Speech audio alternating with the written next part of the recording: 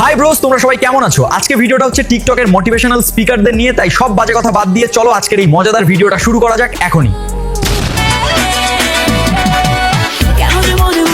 কি ভাবছো? আগের থেকে একটু বড় বড় মনে হচ্ছে, তাই না? হ্যাঁ, আমিও এটাই ভাবছি। আর আমার মনে হচ্ছে এখন সে একজন কামলা দিয়ে নয়, আরো 4-5 জন কামলা রাখছে তার জাম্বুরাগুলোকে মেসেজ করার জন্য।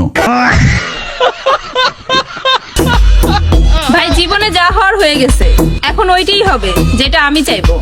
তা তুমি কোন ল্যাড চাইবা সেটা তোমার ব্যাপার, সেটা পাবলিকদের বলার কি আছে সেটা তো বুঝতে পারছি না। যত সব চুলের প্যাচাল, একদম ফালতু সব কথাবার্তা বলে সময় নষ্ট।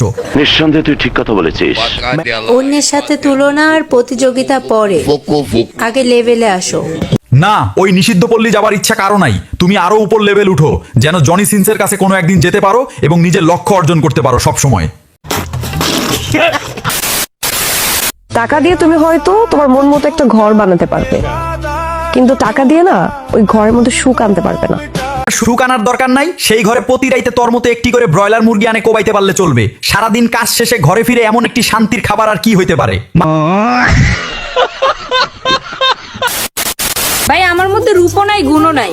তাতে কি? খেলা করার মতো তো 2টা জাম্বুরা আছে, সাঁতার কাটার মতো তো একটা নদী আছে। যে কিনবে তার এগুলো হলেই চলবে। আজকে আমাকে চিনে কয়জন? 20 থেকে 30 জন, তাও সন্দেহ আছে। একটু অপেক্ষা করো, দেখবা আমাকে চেনার মতো মানুষ গুণে শেষ করতে পারবা। তার সামনে কি জনিদার সাথে মুভিতে কাজ করবা নাকি? হ্যাঁ, সেটা করলে অবশ্য জুয়ান বুড়া সবাই তোমাকে চিনবে। এগিয়ে যাও হে উত্তেজিত নারী। আমাকে ভালো ভেবে ভুল করবেন না। আমি তোমাকে দেখেও অবশ্য ভালো মনে হয় না। আমি কিছু বললেই তো তখন আমি খারাপ, তাই না? এটা আসলে বেশ মজার। যদি আমাকে দেখে কেউ জ্বলে, তাহলে আমার দায়িত্ব তাকে আরো জ্বালানো। আচ্ছা, তাহলে কেউ যদি তোমাকে তার কলাটা দিতে চায়, তখন তোমার দায়িত্ব হলো কলাটাকে নিয়ে খুব সাবধানে সঠিক জায়গায় ঢুকিয়ে রাখা।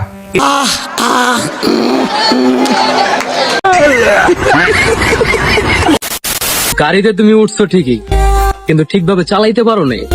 তাহলে তোর গাড়িটা চালায়া দেখাই পারি কিনা। এমন চালান চালামু যে তোর গাড়ির রকটক একদম ছিঁড়ে যাবে।